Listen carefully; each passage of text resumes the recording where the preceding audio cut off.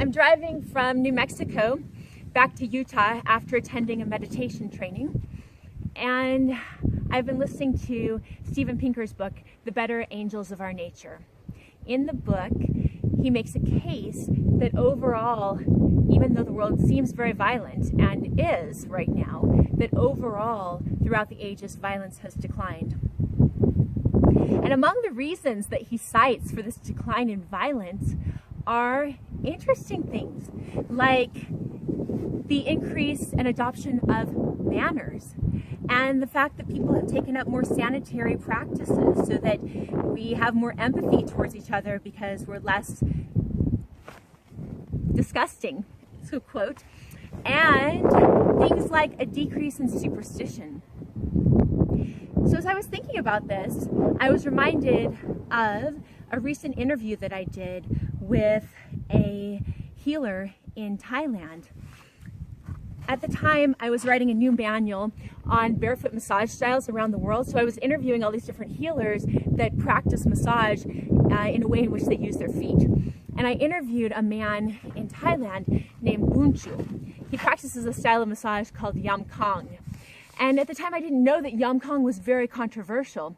In fact, I had an interview with a Rusi who is like a Rishi, Thai holy man, and he was very critical of Bunchu. He said about Bunchu that he was practicing Yam Kong the wrong way, that Bunchu didn't believe in the Pipong. The Pipong are, it comes from Shan tradition, so ancient traditions where people would associate a spirit with everything. So there'd be like a spirit for the water and for that mountain, that cave. And so with Yam Kong, sometimes it's practiced just as a massage for musculoskeletal relief, and some practitioners practice Yam Kong as a spiritual tradition, almost an exorcism. So the belief that that person is sick and is hurting because they have one of the Pipong that are inhabiting their body. And so Bunchu doesn't believe in the Pipong, and that was the subject of much criticism. So almost to the extent that he was blacklisted. So I watched this, and it was very clear to me that this was wrong. And Bunchu had had a stroke a few years before, and as I spoke with the Rusi, he said, well, that's what happens, you know, you practice it the wrong way, and you're gonna suffer. So this seemed very barbaric to me, but I thought about in my own life ways in which I had experienced that in my own culture. I remember when I was a young girl, I was probably around 12, that there was a friend of mine that her family left her church, her religious organization. And around the same time, coincidentally, her father became ill. And he lost his job. So it's like a trifecta for the people in my community, a negative one, the perfect awfulness.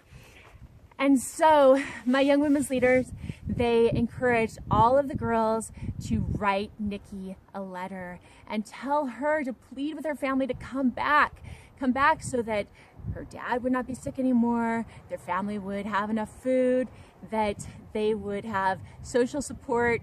And so I bought into this at the time, and I wrote this very compelling letter to my friend Nikki, and I didn't feel great about it, but I was fearful for Nikki's family. I didn't want them to suffer anymore, and that overrided my good sense.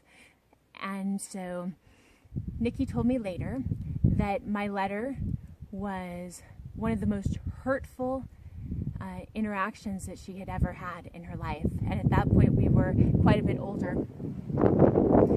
And I felt very, very bad about that.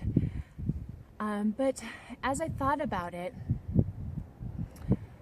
I really think that if we want to have a more peaceful world, that we need to look at not just ways that we can change things like Sharia law, but look at the ways in which we can keep moving forward towards a world where we don't punish people for minor infractions or individual choices or just because we're bugged.